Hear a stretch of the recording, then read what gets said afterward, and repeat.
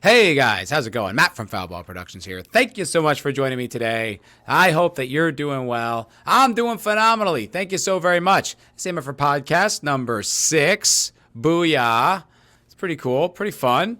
It's been a good little run here. Starting to pick up some steam, pick up some traction, consistency. Got the wake down. My mighty producer helped me out, posting clips. Roasting me on my 2-year anniversary stream. That was fun.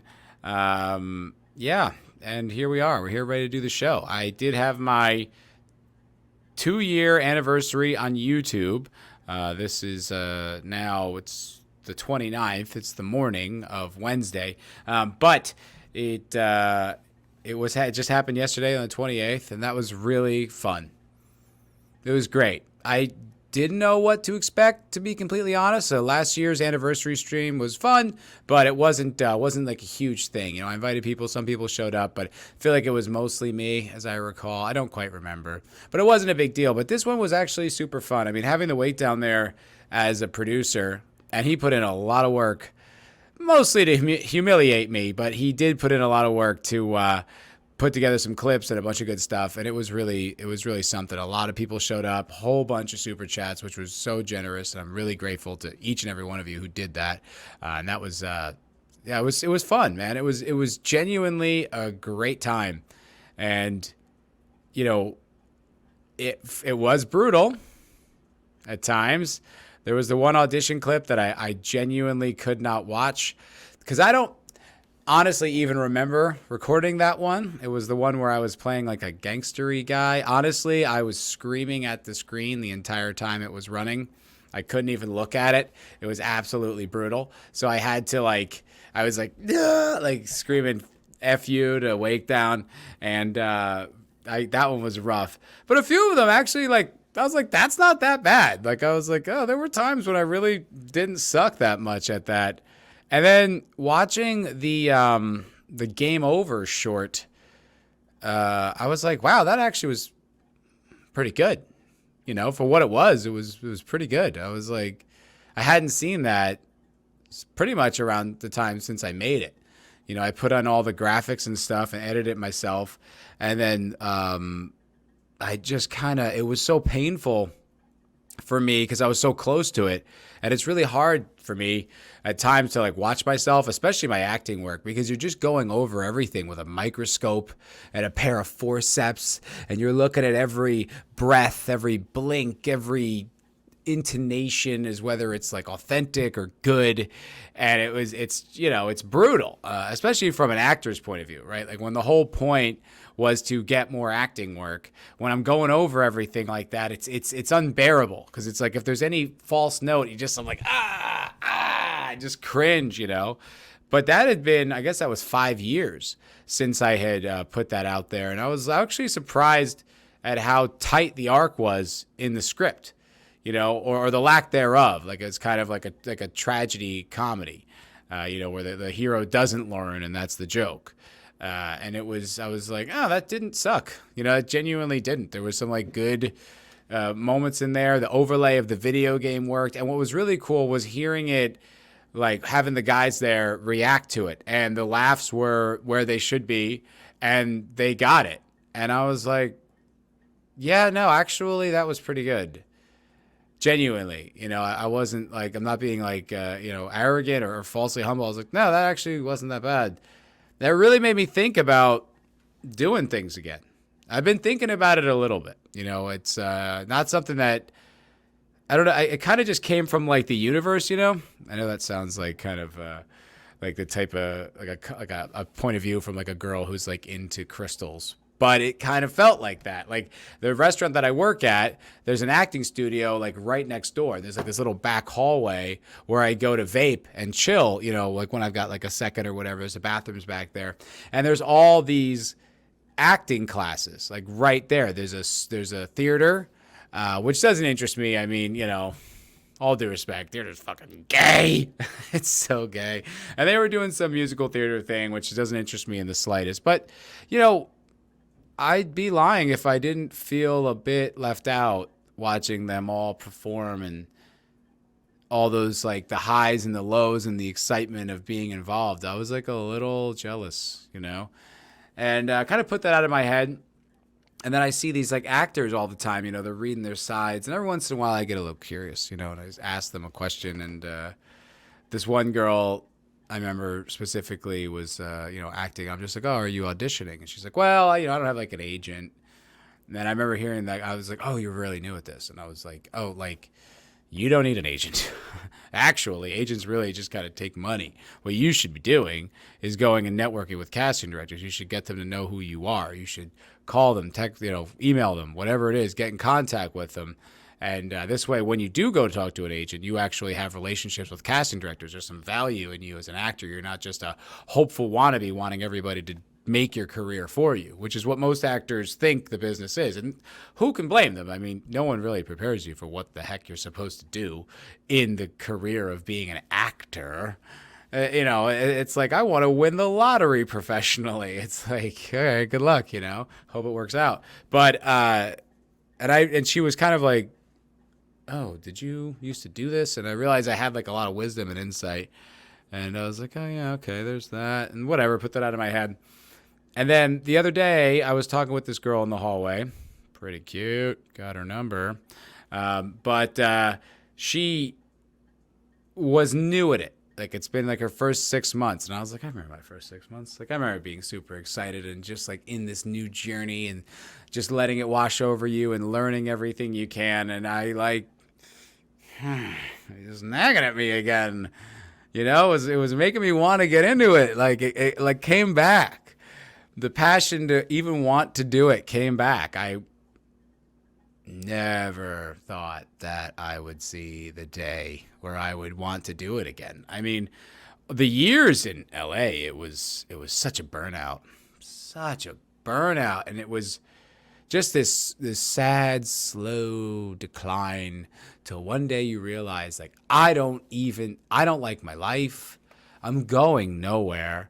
I'm just in this town going through the motions, not even auditioning, not even putting my hat in the ring, just being completely defeated, but still calling myself an actor, and just bartending and drinking and not doing anything. Like, just like the best years of my life, what they say are the best years of your life, just desperate. And it sucked. And I remember telling my buddy, like, probably maybe 6 months to a year before the pandemic hit, just being kind of just so disillusioned with the whole thing. And he was just like, yeah, he's in the same place. Because it's, how long can you grind at something with just such meager results before you just are like, ugh, enough of this, And you just, and that town just grinds you under its gears and has no remorse, no respect, no concern, no consideration, no care. You're just a nobody. You're a nothing. You didn't make it yet. You don't even count as a person, And it was something that like was a reality for me, but not something I was like consciously acknowledging. And then eventually just had to kind of be like, I don't know what I'm doing. And then the lockdowns was the first time I really had time to think about it, and then with the steady decline of all content and the inner circle of that kind of race intersectionalist communist thing, this new hierarchy system, which I had been seeing for years in Los Angeles. It wasn't new to me. I wasn't even kind of surprised, but it was relentless. Like, how far it had spread was the most shocking thing to me. Like, I had seen it and I knew of it. It was so many people that I knew. But I didn't realize it would be ubiquitous. And once it became universal, it was all content, and we just had time to sit down and talk about it, whether it be, me just listening to Gary all day or me starting up my own YouTube channel and talking about it, is when it became clear to me, right? And it was this thing. It was like this just impossible monster that wasn't going anywhere. And during that time, I'm like, what am I doing in this town, right? Like, once it was clear the lockdowns weren't going anywhere, this wasn't just some like temporary thing, that this was going to be a while, it just gave me time to like, because it's like, okay, now that I'm not doing anything, I'm not being an actor. What am I here for? Do I like LA? Am I happy? And one of the things that dawned on me the most was I had these communities of people, right? Like I had all the people I did events and catering with. I knew them. I saw them all the time. It was several hundred people that you'd see at multiple events all over town, right? And you'd see them. You'd run into them. Oh, hey, man, how's it going? Your buddies, you this, that, the other. Girls girls you're fucked. And just in general, this kind of just community. And then the same thing was with my acting studio, which I was pretty much done with before the lockdown started anyway, because I was just so beaten by the whole thing. Just being berated in class, essentially. Not even necessarily personally berated, but just berated by the rhetoric all the time, and all these girls just being so political and aggressive and, attacking you. No room for disagreement, just this Marxist blanket over absolutely everything. So I'd kind of tapped out of it anyway, but once I realized, it hit me like 6 months in maybe into the lockdowns, when I realized I hadn't heard from almost anyone in either community, and I didn't miss it at all. I didn't care that I didn't hear from them. I didn't feel left out or betrayed. I felt like, no, that seems totally appropriate. And then I realized, I'm not even really tethered to this city. I'm just here in this sort of this position, this sort of temporary eternity. This temporary all the time, where you everything is all just in service of this dream, of this goal. But I think in the meantime, I'm not living my life. Even the things that I would enjoy always felt like a twinge of not good enough because I hadn't made it yet. And I couldn't really celebrate anything or relish the good things in life because my real life will start when I make it. That's how I looked at everything. And that's really sad. And also, once I realized that, that came to me, it was you're living your life right now, The people you're interacting with, your friends, your family, the girls I see, the restaurants I go to, the movies I watch, this is my life. My life doesn't start when Hollywood taps me on the shoulder and anoints me into their, coven. My life is happening right now. And I was really grateful to have that perception and that insight and realize it's not, you don't wait for things to click like the Hellraiser box and it just clicks and all of a sudden everything's magic. It's no, man, your life is now, whether you're successful, anything. You are living today. I sound like Ruben, but it's true. And so during the downtime, I started off just drinking a lot and not working out. I was gross. Oof, I was fat. I was over 200 pounds for the first time in my life. Not toned at all, not in any kind of shape, and just a alcoholic. I mean, there was definitely more than one day where might as well start drinking now. I mean, let's have a Bloody Mary and see where it goes. It was like being on vacation.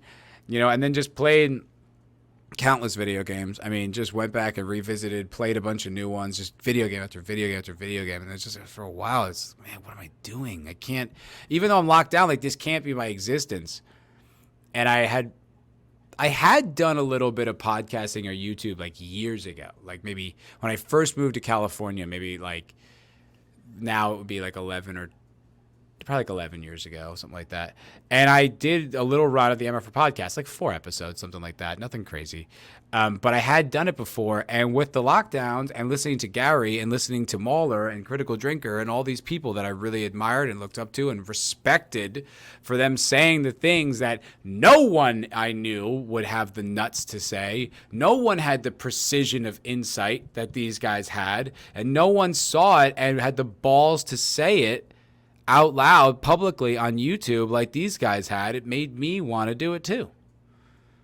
I felt emboldened. I felt inspired, but I was still sort of in the back of my head, I'm going to maybe be in Hollywood. So I started off doing YouTube really delicately. Now, I didn't shy away from anything, but I didn't want the channel to be political. I didn't want to take a stand on these things. I felt like they were doing a great job. There's no reason for me to throw my hat in the ring for this political fight or this agenda fight or whatever it was. I didn't have to do that. That's already being done. What can I do? Well, I have a very vast knowledge of film and television. I watch so much of it. I study it. I've made it. I give a shit about it. It's something I genuinely really care about. So while we're all sitting home doing absolutely nothing day in and day out, why don't I recommend some movies that people probably have overlooked or maybe never even heard of? So I started doing that. Instead, the Matt's Obscure Movie Recommendee Show, right? I started putting out a few of those videos. They're not that great.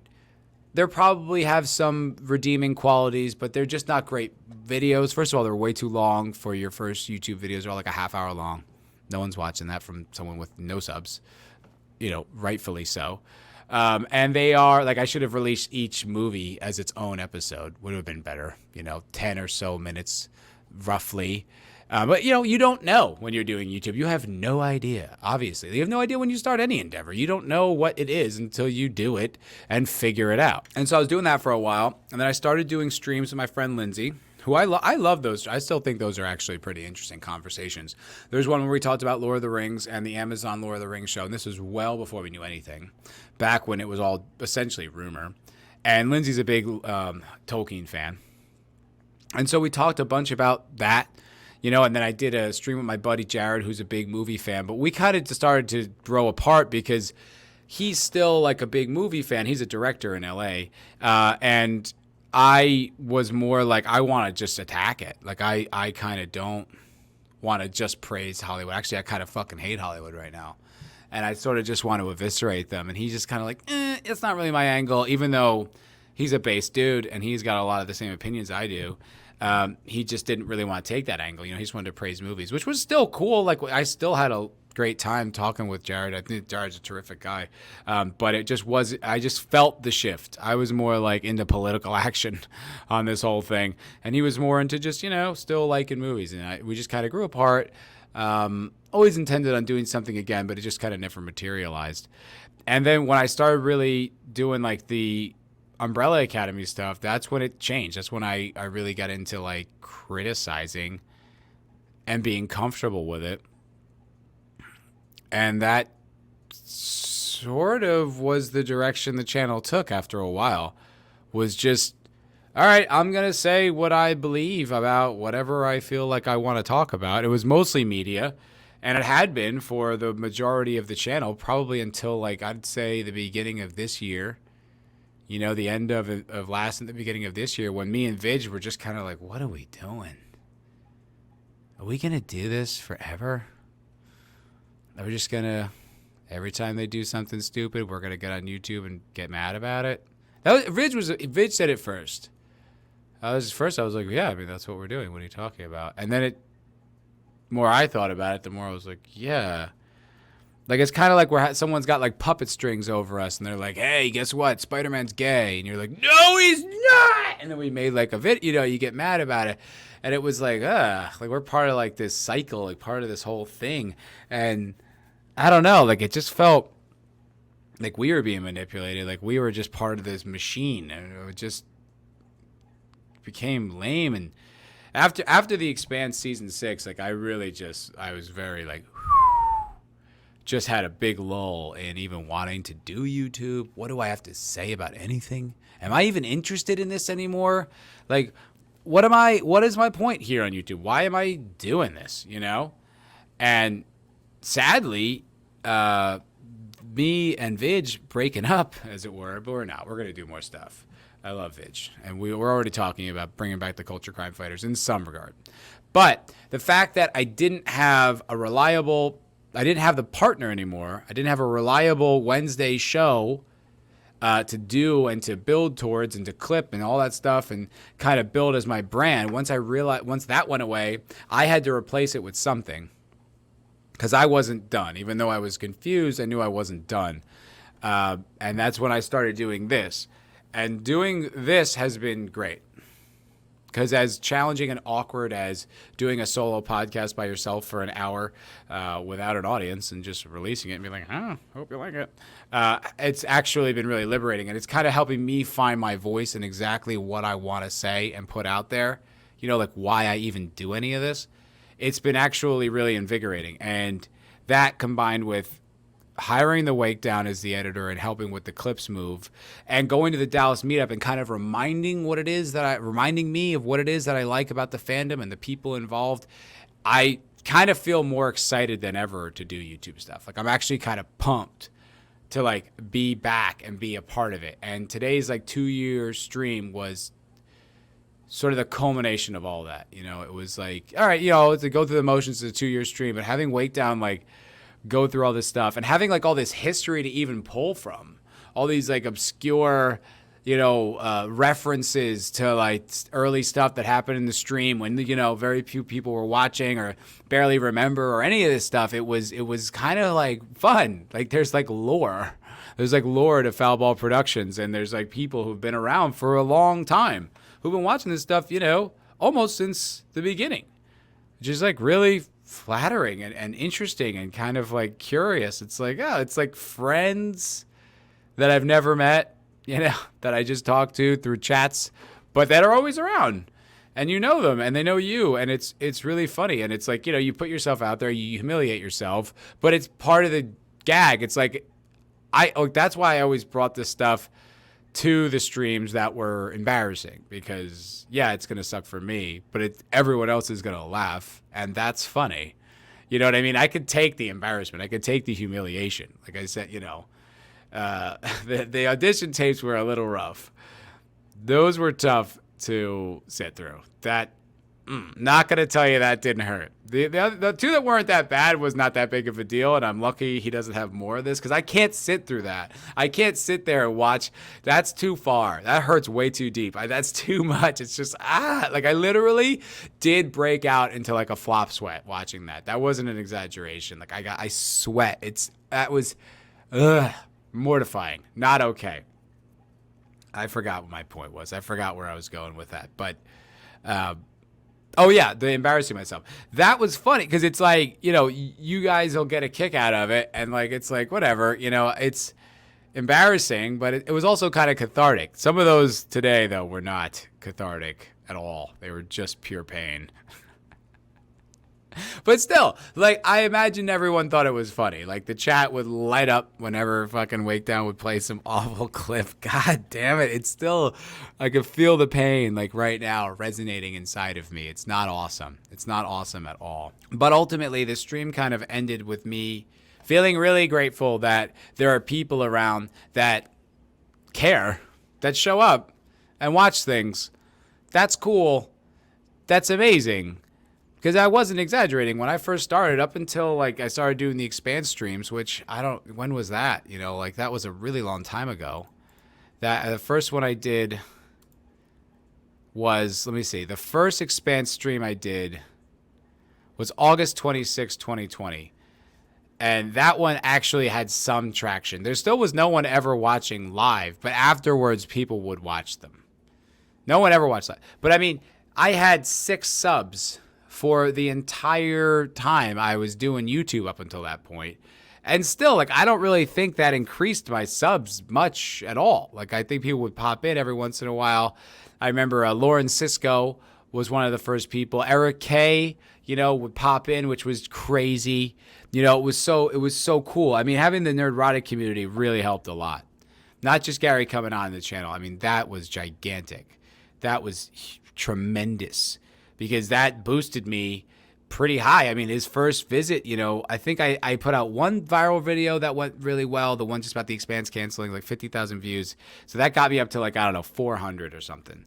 Gary coming on got me up to like 600.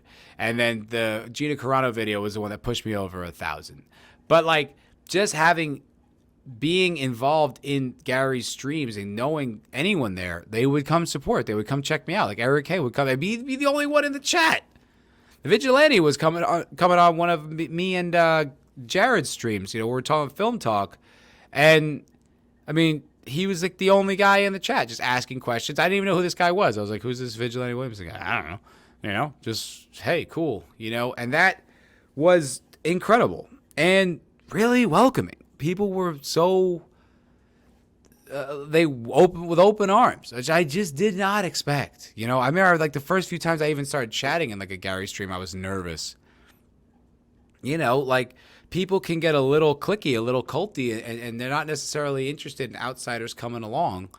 And I didn't expect to be so embraced and well received from everybody in the Nerdrotic community. I didn't know that. And, because of that, I feel like I have friends that I didn't have before I started doing this. And that's like not something I anticipated at all.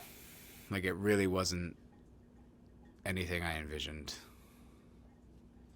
And it's really cool. It's genuinely an amazing thing. It's something that was not part of the plan. I didn't even know what the plan was. The plan was just get on YouTube and, I don't know, talk about movies, I guess. I still don't know what I'm doing. I still have no idea what this is. But, I don't know. People have been sticking around, which is incredible. And I'm really, really humbled and grateful. It's cool. It's really, really cool. And I don't know. For now, I'm not stopping. I'm happy to do it. The cocktail lounge is this weekly ritual, and like truth be told, I definitely had considered not doing it. I had considered stopping it. Not because I didn't like it, but because it just, it's like you ask yourself these questions. Like, is this the best use of my time? Financially, is it a good choice? Because I work in the restaurant industry, and Friday nights are usually a pretty lucrative night. And so while I do make some super chats and stuff, which is incredible, don't get me wrong, it's not the same amount of money that I'd be making in a restaurant. So I'm like losing money. And I don't know. It had crossed my mind to stop doing it.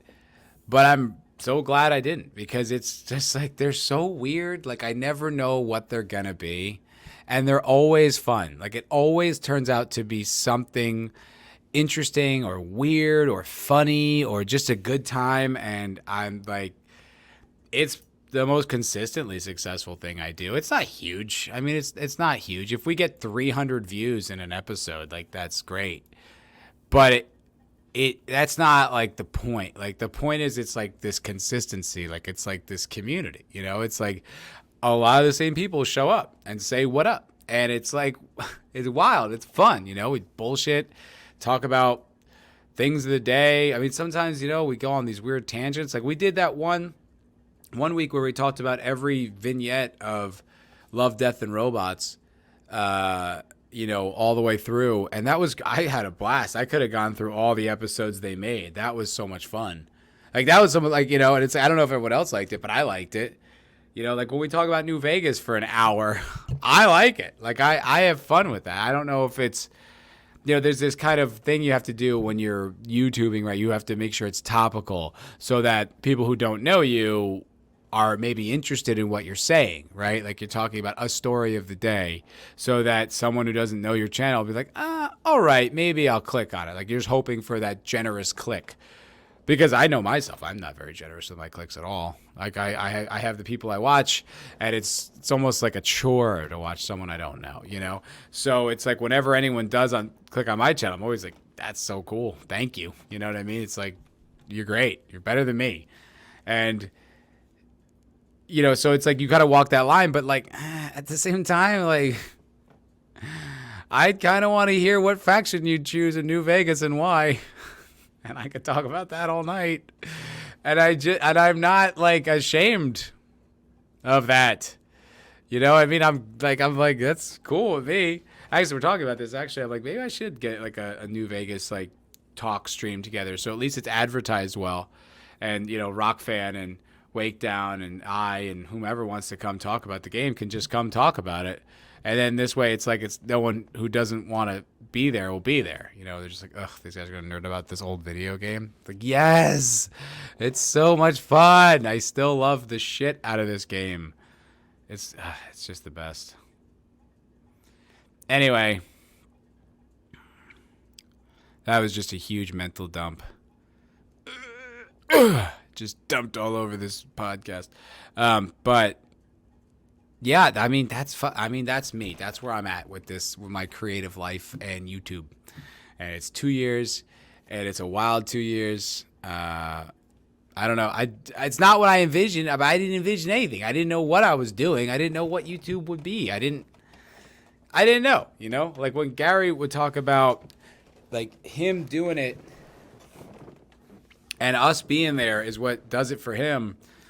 I kind of get it. Like, I kind of get it. Like, it was crazy living in Los Angeles and trying to be an actor and seeing all these things and just no one seeing it my way. No one understanding what it was actually going on. And if they did, they didn't dare say it. And so you just live in this world of bullshit. Just fucking phony things and like wealthy, pretty women telling you how things are. And it's like, shut the fuck up. You don't know anything. Like, and you talk on these premises, these beliefs that like I've got it well. It's like you drive a nicer car than me, you live in a bigger house than me, you're in a stable relationship, you get more acting work than me. How are you going to sit here while I am barely eking out a living, bartending when the gigs happen that I have privilege over you? What the fuck are you talking about? And you'd hear it. It was like nonstop. It was like if I said that to these people, if I disagreed, it was like saying the sky is, aquamarine is blue, another color other than blue. That it's violet all the time. It's like, no, it's always violet. I don't know what the sky is not blue. Shut up, stupid. Like that's how they looked at it. And it's like there's only so many years you can live in an environment like that and not go fucking crazy. And it's just, it was so ubiquitous. I cannot express to you how universal it was. Anyone who had a different opinion was like one in a million. It was just amazing how rarely everybody else, they're all just like these fucking zombies, just cooked with all this bullshit. Telling me how The Last Jedi, Rey has like her story really mimics the hero's journey. In what way, Brit? In what way? This chick has no arc, no journey. And it's just about feminism because that's all you really care about. Your acting is a secondary thing to your fucking activism. Way more important. And that was everyone I knew.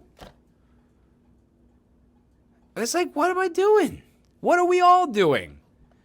We all decided to be actors to serve some fucking cult? Fuck you. That's not what I signed up for. That's not what I wanted to do. I wanted to make friends and make movies, and that's it. And I did make a few friends, and I did make a few movies, but it was not what I imagined it was going to be. And it was very disillusioning.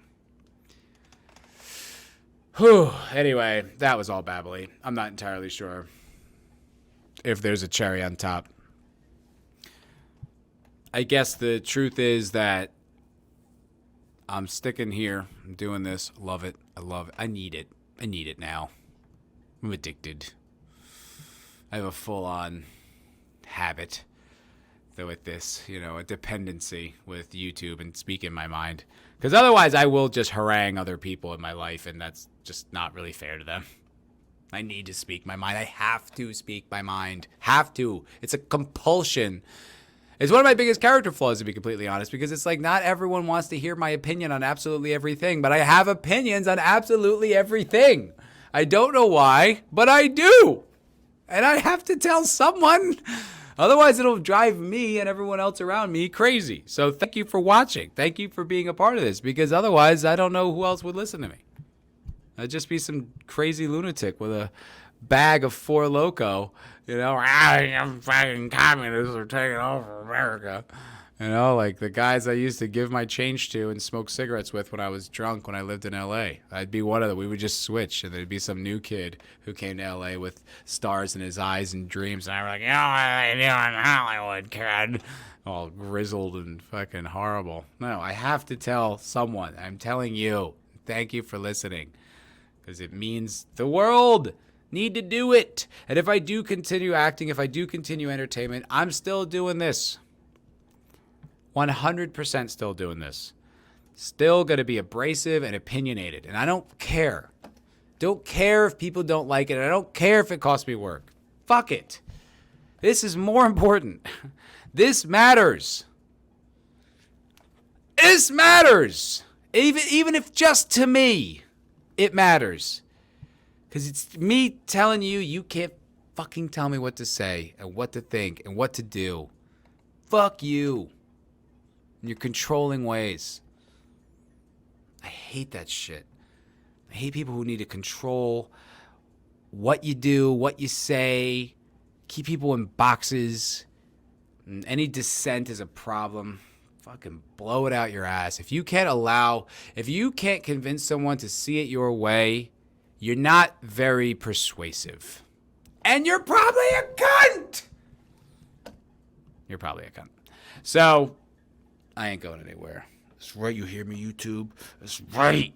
Me and my 1,748 subscribers, we're taking over. We're taking over. Bow down before the Lord of YouTube. Foulball Productions. Yeah. And me, Wendell. Everybody likes me, right? I can't in good conscience do Wendell on this podcast without giving you the opportunity to protest. Right? You can protest in the comments below, but this is a pre-recorded podcast, so I don't think it's righteous if I don't allow you to express your loathing of him in real time. I don't know what everyone's so upset about, honestly. I think they're all just full of malarkey. That's what I say. Full of baloney! Ah, that felt really good. Thank you for listening to that. We've got some more things to do. More things to talk about. Here's a crazy story. This is very much a culture crime fighters-ish story. Vigilante Williamson himself would absolutely have a lot to say about this story. But I was reading this at the bar earlier after work. Work has been fine. It was a little uncomfortable at first. It's still actually fairly uncomfortable, but it's not bad. It's just a little uncomfortable. I can take a little uncomfortable. It's not a big deal. The girl that I was seeing, we are on good terms. I would say I would ask her to be a little bit cooler to me, but you know what? As long as we're not at each other's throats. I was thinking about it actually, considering dating people at work is stupid for the most part, especially if you work in the restaurant industry. I was thinking about it. I was like, as much as I don't like it, as much as I kind of want her to be nice to me, you know what I mean, and still be warm and fuzzy. Considering how other times I've dated women at work and how nuclear that went and how bad things can get. As much as I'm not thrilled with the way things are, I'm kind of getting off easy. It'll suck for a few weeks, and then it'll just be whatever. Not so bad. Not so bad. And the real, demon queen no longer works there. So I don't ever have to look at that bitch again, which is awesome. That's a blessing. So, yeah, it's just been a little weird. Anyway, at work, went out for drinks, looking at this article. Well, I went out for a drink so that I could look up stuff while I had a beer and a shot. And I found this one. I found this article. This is a Vigilante Williamson tribute. This is a vintage culture crime fighters type thing. Oh, wait. Now I have to. God, I am going to fire Wake down. Honestly, if for no other reason than the fact that the way I used to be able to share things, he made me take one extra step in sharing articles, and I hate it. I've been on this stupid website for 2 years doing things exactly the same as I had been, and now he makes me do an extra step of adding something to the stream when I couldn't. When it was 1 click. Now it's 3 clicks, because 4 clicks to share something. You have to click on the tab, then click share, then click back to the stream, and then click add to stream. When it used to just be 2 clicks. Tab, share, done. What are you making me work so hard for? Weight down, huh? Huh? Anyway. Yoga teacher, 34, who vanished into thin air when she was accused of killing love rival, is still alive. He's still alive. 9 shots and he's still alive. Or 7 shots, or however many shots it was. That's a Godfather reference, kids. U.S. Marshals say, as manhunt enters 6th week, Caitlin Marie Armstrong, 34, is wanted in connection to the killing of cyclist Anna Mariah Mo Wilson in May. This happened in Austin, Texas, folks. So some crazy bitch killed some other bitch in Austin while I lived here. Crazy. Armstrong was interviewed by Austin police officers on May 14th after they discovered she had an open misdemeanor warrant. They used the opportunity to question her about rising cyclist Anna Mariah Mo Wilson's death on May 11th after receiving an anonymous tip. Cops then showed Armstrong footage of her car outside the residence where Wilson, 25, 10 years younger than her, you know that boiled her blood, staying while in Texas for a race on the night she died. Armstrong reportedly admitted it, quote, doesn't look good and did not have an explanation as to why she was in the area that night. No alibi. Good Lord. U.S. Marshals say Armstrong was jealous after finding out that her boyfriend, professional cyclist Colin Strickland, was previously involved with Wilson. So this dude was banging this crazy yoga chick and some other young, sexy cyclist. And, yoga chick was not into it. Not into it so much, it sounds like she murdered her. A yoga teacher wanted for killing a professional cyclist in a jealous rage is still alive 6 weeks after she vanished, U.S. Marshals say. Katie Marie Armstrong, 34, was wanted in connection with the killing of Anna Mariah Mo Wilson, 25, who was shot to death on May 11th at her friend's house in Austin. Oh, my God, that sucks.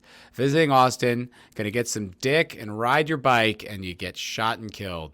Not what you were hoping for. She was last seen being dropped off at Newark Liberty International Airport on May 18th, just a day after cops issued a homicide warrant for her arrest. Okay, so she was in Newark, the alleged killer. A man who was staying at Camp Haven compound in Livingston Manor, New York, later told Fox News Armstrong's sister Christina had been staying there, and he had seen her a month ago. She was here a while back, so again, she's been around. Right before the whole thing blew up. Former FBI Special Agent Tracy Waldner also said he believes his name is Tracy. Girl name. Also believes Armstrong could be using an alias, and private investigators have received tips that she might be using her sister's name. Oh boy, dragging your sister into this. Look at her. She's kind of hot, right? Marshals have confirmed that they are aware of the campsite location, but would not confirm whether Armstrong is using her sister's identity. Bro. Think about that, right? This guy's a professional cyclist. He's probably got a fair amount of swagger. He's not exactly a professional, baseball player. He's not like, he's a cyclist. It's like, oh, that's cool, but it's not like famous. But, you talk to this chick, you chat her up, or you meet her through a friend, it's probably challenging. She's pretty, right? She's probably got some, fences to hurdle. And you get to know her, you buy her drinks, you bang her out a few times. And you never do you imagine that in 6 months or a year or whatever, she's going to murder someone you used to bang or someone you're banging on this side, and she'll be part of an international manhunt. Oh, my God. Gentlemen, watch yourselves out there. It is scary. Sold the SUV at the center. She sold her car for $12,000. No, that's probably supposed to be $12,200. One day before she was questioned. So she's like selling her shit and out of here. Oh, and that looks like the girl she killed. Oh, she's a little cutie. Oh, she's dead now. Sorry, Anna Mariah Mo Wilson. That sucks. And this is the dude. This is the dick slinger who's... Wait, okay, so it says authorities say Armstrong fell into a jealous rage and shot Wilson, 25, shot her dead, after she went for a swim and dinner with Armstrong's boyfriend, professional cycler Colin Strickland. Man, that is a dicey little love triangle, man. That's too damn bad. Bro. That's crazy. That's crazy. Like, I'm not much of a cheater. I don't feel good with that type of stuff. It doesn't make me feel good. And even if, I've had these girls, I've dated these girls, and they're banging other people while we're dating, and I'm like, what are you doing? And they're like, well, we weren't official. It's like, what is this, a court of law? Like, you know what I mean? Technically, Your Honor, the document had not been signed until 8 p.m. that evening. So prior to that, they actually were not in a committed relationship, and all the infidelities were herefor notwithstanding. It's just like, what are you talking about? What matters is the other person involved giving a shit or not giving a shit. Like, it's like girls that think like there's these like rules. It's just free. It's just like, it's not, what? No, like, if I'm bothered by it, that's what matters. If you give a shit about dating me or my feelings, that's the line. That's all. You're just like, I don't have to do anything because we weren't in a relationship. It's like, what are the arbitrary ideas you came up with? Who told you that's how it works? Now, like, yes, technically, when you're dating someone, it's like, yeah, and you can see other people and stuff, but like, you have to understand that you're treading on delicate ground, right? Like, if I start dating a girl, now we're seeing each other for a month, and like, in the meantime, I'm just fucking a whole other bunch of girls. And if she finds out and is upset, I can't be like, whatever, we weren't official. Like, okay, you self-centered monster, but like, she still likes you and cares about you and doesn't want to imagine you out there just dumping cum all over town. And the same goes for women. It's like, you're starting to build affection for this woman. Let's say if you do marry her, you do end up in a relationship. You're like, oh, you like, oh, how'd you meet? Well, you know, your mother had just left an orgy. You know what I mean? It was on her way to get triple teamed by a rugby threesome, but the thing was, she wasn't in a committed relationship with me, so all of these things are fine. It's like, stop it.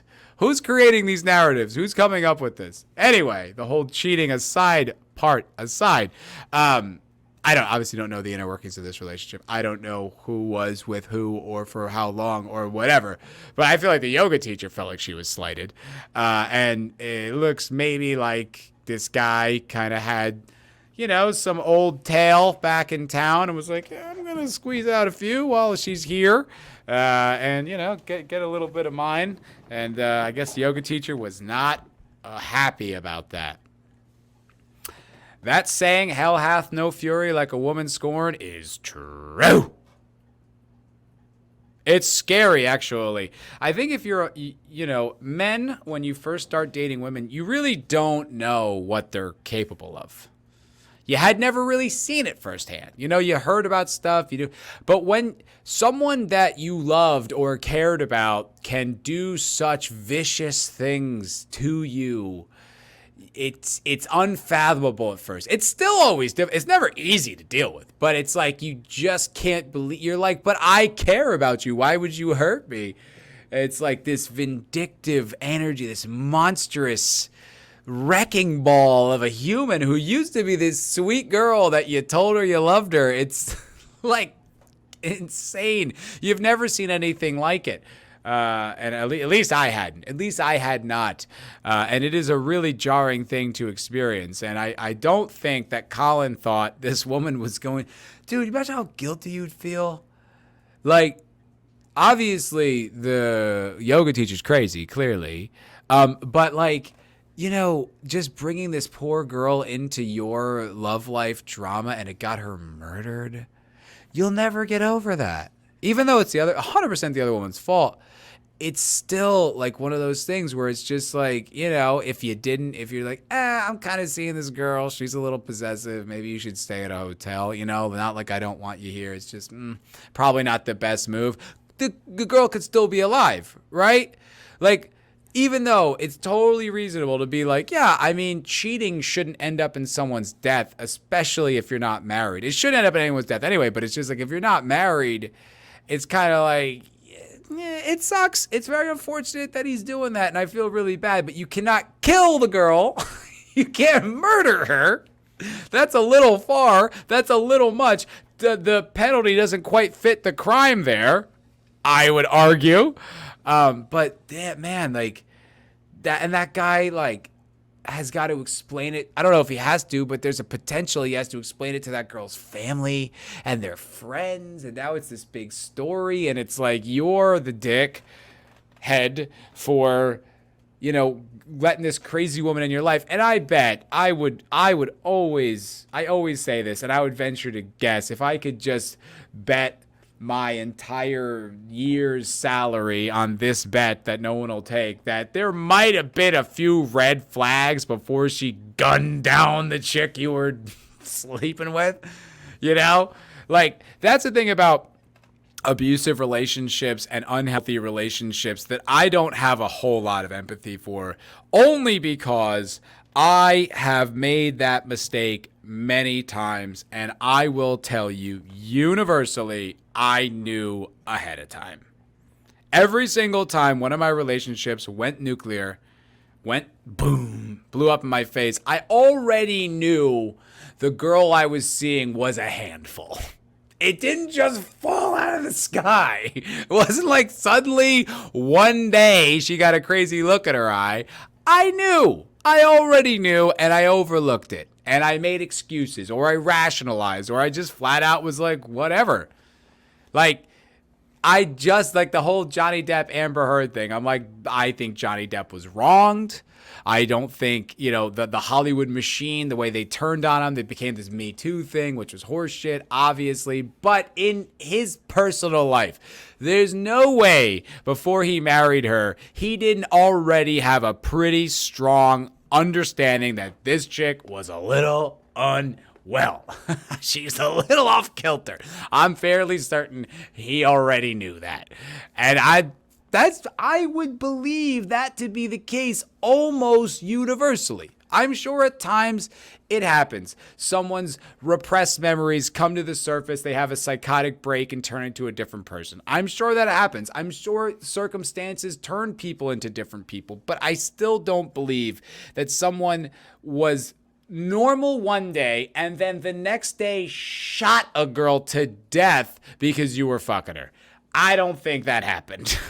I just don't. I mean, I'm not there. I don't know any of the players. I don't know the principals. I just don't believe that. I'm pretty sure she was probably nuts and probably nuts in the sack. And so you kept her around. And even though you got to know it was dangerous, you did it anyway. I don't know. But I would, like I said, be willing to bet the year's salary I make on the potential. There might have been a few drunken nights. She might have keyed his car, might have, said some insane off the wall banana shit that you should be huge red flags. You shouldn't keep this unhinged person around you. Isn't it funny too that she's a yoga teacher? Namaste.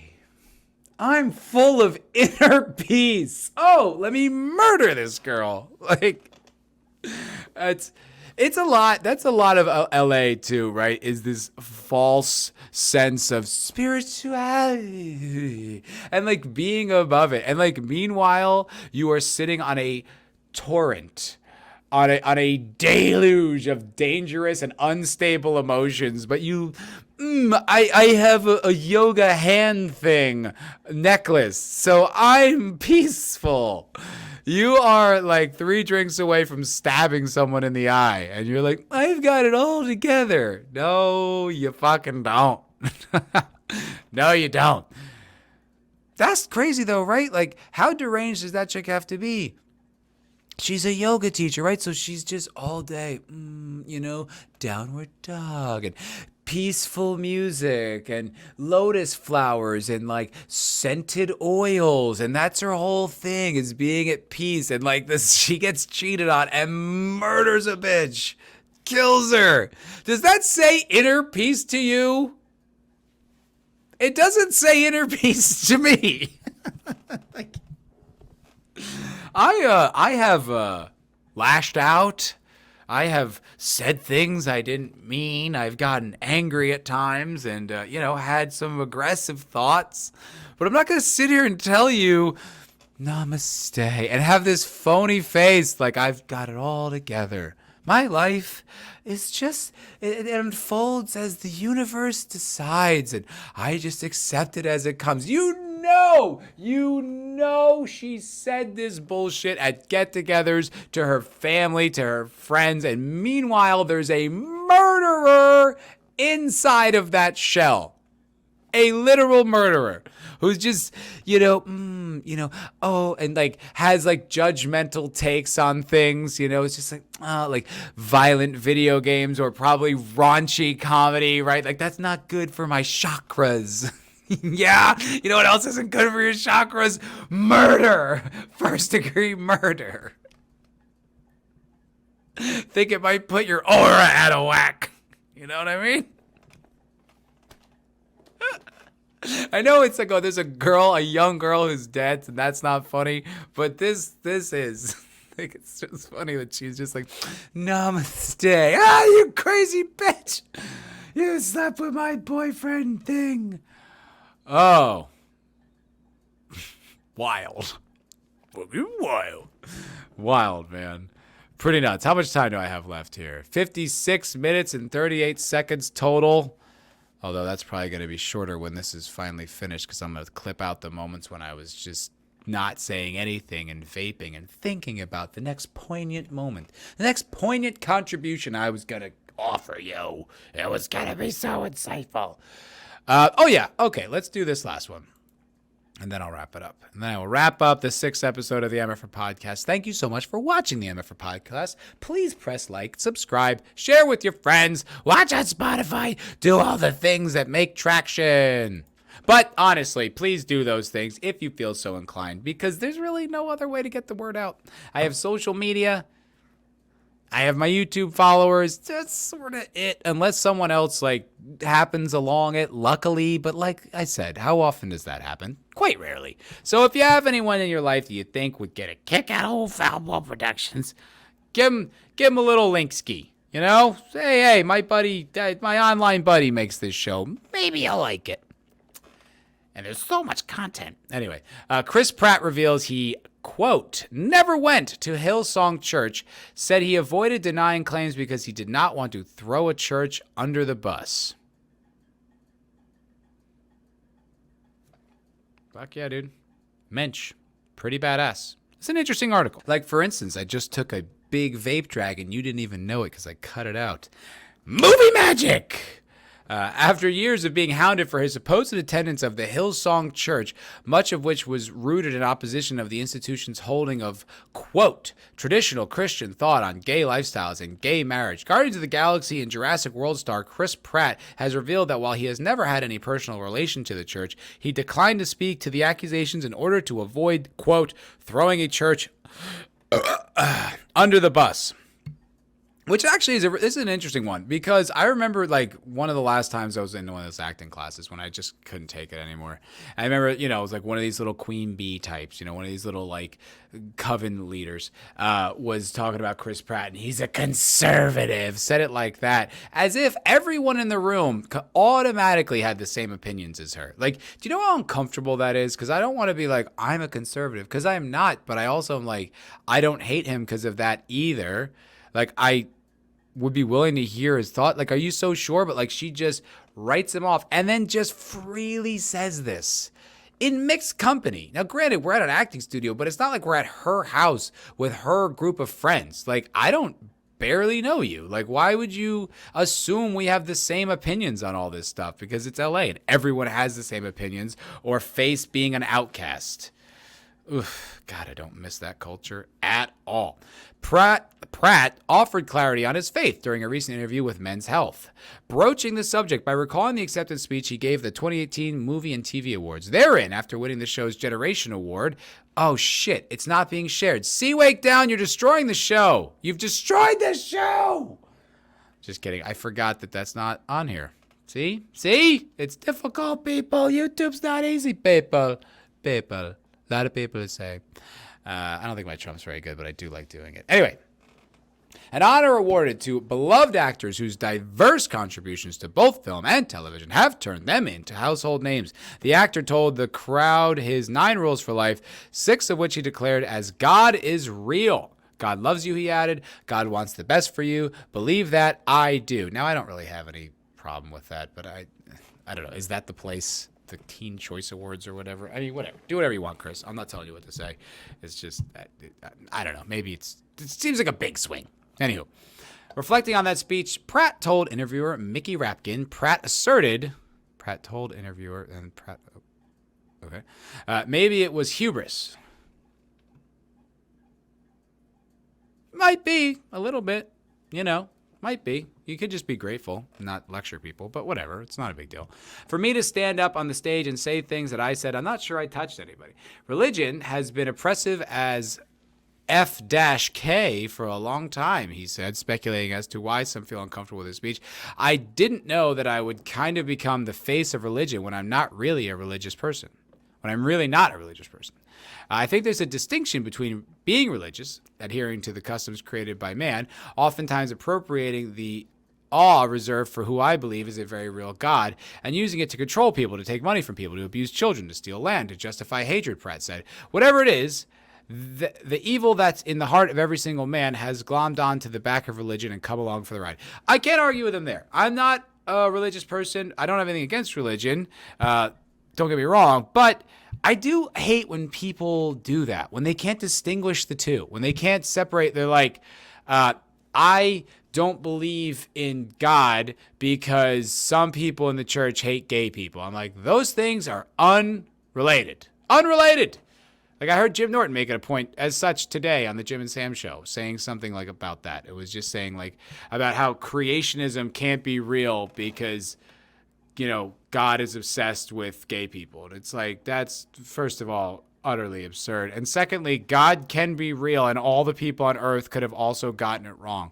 Those two realities can coexist. Like, I don't know why they have to be one or the other. It has to be everything Bibles and churches and people say is true. And God, and that's the only, or there's nothing. It's either that or nothing. It's like there's no middle ground. There's no compromises. They got some things right and they didn't get everything right. That can't possibly be a conclusion. I don't understand why that's so difficult to rationalize. Like, you don't have to like the church. Who gives a fuck? It's not the same thing. It could be a gross misinterpretation. It could all be wrong. It's totally possible because it was all written by man. And the whole point is that we're fallible. I just think that's a juvenile way of thinking. It's childish and just, nihilistic and just dismissive and negative. And it's like, oh, shut up with that boring take. We heard you. Ugh, you don't like the church. Whoa, hot take, buddy. Make sure you wear gloves. I don't want you to burn yourself on that hot take. I think there's a distinction between being religious, adhering to the customs created by man, oftentimes appropriating the... Oh, wait, I already read that. Continuing on the topic of faith, Rapkin turned to the claims of the actor's Hillsong attendance, to which Pratt admitted, I never went to Hillsong. I had never actually been to Hillsong. I don't know anyone from that church. That's why he didn't clarify at the time. The actor responded, I'm going to throw a church under the bus. Before adding the caveat, if it's the Westboro Baptist Church, that's different. Yeah, fair enough. Those guys can all fucking rot in a goddamn big fire. I don't care. Mercy's for Jesus, not me. Fuck you people. I hate those cocksuckers. They're monsters. They should all just be lit on fire. We should all roast weenies on them. Roast weenies. What a ridiculous thing to say. But they're just awful. Yeah, I get that. But it's kind of like saying, I'm not going to be like, well, fuck these people. That's a pretty base take. I don't know anything about this church, so maybe they hate gay people. I have no idea. But I like that. I respect that. He's just going to be like, I'll take the heat. There's no reason for me to throw an entire group of people who are generally pretty nice under the bus because it looks bad in Hollywood. That's dope. Much respect, bro. He also clarified that as he was at the time the